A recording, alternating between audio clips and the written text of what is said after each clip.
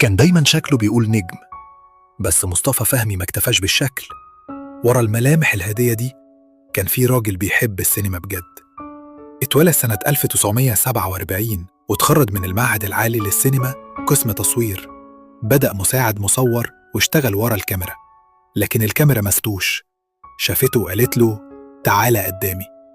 ومن هنا بدأت الرحلة، أفلام، مسلسلات، حضور خاص، ووسامة خدت قلوب كتير. شارك في أعمال مهمة زي عين عقلي والضوء الشارد، وكان دايماً بيختار أدواره بعناية. ورغم الشهرة كان دايماً محافظ على هدوءه بعيد عن الضجة، لحد ما فارقنا في صمت سنة 2024 وساب وراه مشوار فني طويل مليان شياكة وفن.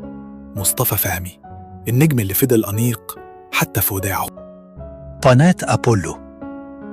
إذا عجبك الفيديو لا تنسى الإعجاب بالقناة وتفعيل زر الجرس.